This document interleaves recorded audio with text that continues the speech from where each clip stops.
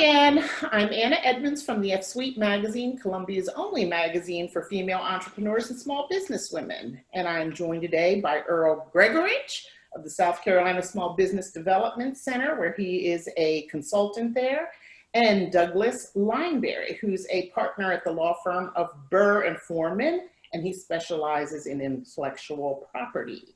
So today we're going to be talking about a company logo for your small business. This can get tricky. It's hard for some people. Some people don't even understand the importance of a logo. So the first thing we'll tackle is, why do I need a logo and who can make one for me? Earl? Well, certainly you need a logo for identity's sake. I tell people, the best logo is one that if it was pasted on the side of a van and it passed somebody at 80 miles an hour going down a South Carolina highway, somebody would recognize it to the point where they knew who the business was, right? Yes. So just that split-second sight of Coca-Cola, you don't have to read the words Coca-Cola, you know what that is. And that's what everybody's shooting for when they're putting together a logo. As far as who can design it, I've seen all things in my time as a consultant. I mean, literally the kids that are sitting around the kitchen table with mom and dad and throwing out ideas, all the way up to hiring a professional firm to put it together. And frankly, they all work as long as they're getting across the idea and the identity that you're looking for. Just make sure it's professional, recognizable, fits the brand. Okay. So, Doug, what are some things we should take into consideration when designing our logo? Things like trademarks and copyrights and just the basic design. What are some things, some legal issues that we should take into consideration? Like Earl said, you can have anybody design it for you. The kitchen table is an awesome place to have innovative ideas. But one thing we want to make certain is we need to secure ownership outright. We can have a trademark can be protected via copyright for a very stylized design. It can be protected as a trademark when you use it in business. But foremost, and I'm telling you this is a critical underpinning, I cannot stress this enough. If you use someone other than me, Doug, or Anna, or Earl to do it, meaning that if it's my company, I designed it myself, that's okay. But if I, Doug, go to Earl and say, Earl, do me a logo, I need to have an assignment from Earl that shows that's my logo.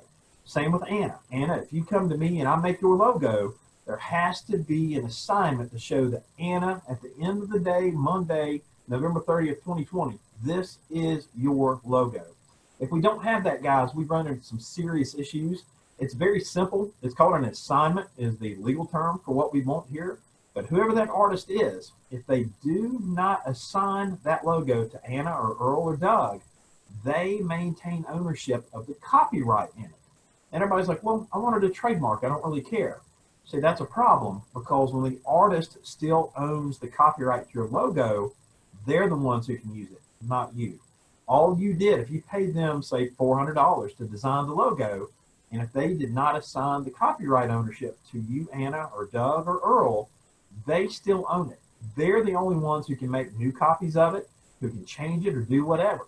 If we don't have a copyright assignment, we own that one iteration that they gave us. Literally, if it was a JPEG file, you own that JPEG, but you can't use it on your website. You can't use it on t-shirts. You can't use it on the side of a van going down 85 at 80 miles an hour, because you're not the owner. That is something I see all the time, that people just really, it is such a subtle issue, but an often overlooked one. We need to make certain that when that is designed by a third party that's not you, the owner, we have to have an assignment that shows that the company, and again, intellectual property should always be owned by an LLC or some corporate entity. It should not be personal property. But we want to make certain that when that logo has been designed and finalized, that an assignment from the artist to the owner is in place and can be picked out of a file and shown to somebody. If we don't have that, don't worry about protecting it, because you don't own it. Yeah, and I would add that that is a point of contention at the time that a business might be looking to change hands. It's one thing to buy a business. It's another thing to buy a business's reputation in the marketplace. And frankly, if you don't own the name and you can't sell it, you have diminished the value of a business tremendously. So having that assignment so you can prove that, yes, I have the name, it has been protected, can literally mean lots of dollars and cents to you as the seller of a business. So you got to do that right up front. And I will add that while most of your professional PR and design type firms, they get this and they have the paperwork ready, don't assume. Always make sure that you double check to make sure you have it, especially if you're going to be using some of these online services like Fiverr, Freelancer, things like that. A lot of times they'll put this work together for you. It'd be great work, and you'll grab the files and write the check and go on your merry way, and nobody even thinks to ask this question. So just make sure you're dotting all the I's when you're doing this, regardless of who you're working with. Yep. I have to call my graphic designer as soon as we get done recording this. But you know, Anna, you're not alone in this, because I realize that. Listening. When we present this, there's always somebody in the room, if not several people in the room. Right. But like Earl said too, and think of how difficult it is when you're getting ready to sell a company to somebody, that name's out there. Another complication is, guess what? The price tag's now higher to go back to that artist, because if they've been paying attention and they see, hey, you're getting ready to be bought out by Coke, Nike, or somebody, trust me, the dollar signs are now much, much, much, much more than they would have been if this had been done at day one like it should have been. Okay, well, I'm going to call now. No, I'm just kidding. Okay, thanks for that information. It's amazing what you don't know when you're running a business. That's shocking. Okay, Doug, can you quickly explain to us the difference between a trademark and copyright? I can. A trademark is essentially what you use in business to represent you. Think McDonald's Golden Arches, the Coca-Cola swoosh, the Nike swoosh. When you see those symbols, they automatically herald you to a product. You know the quality of the product. That's a trademark. A copyright is protection of an artistic creation. You know, we mentioned previously in this discussion that a logo designed by a designer is a copyright. So sometimes our rights overlap. And in this case, a trademark is used in business, which is what we want to do, but it also has a critical beginning as a trademark, or I'm sorry, as a copyright. And so what we want to have understood is that sometimes they can be both, but a trademark is used in business to represent a source of goods or a service. A copyright is a protection for an original creation. And don't just think a drawing. It can be computer code. It can be the design of a building. It can be a painting. It can be a sculpture. Copyright is extremely broad. Okay.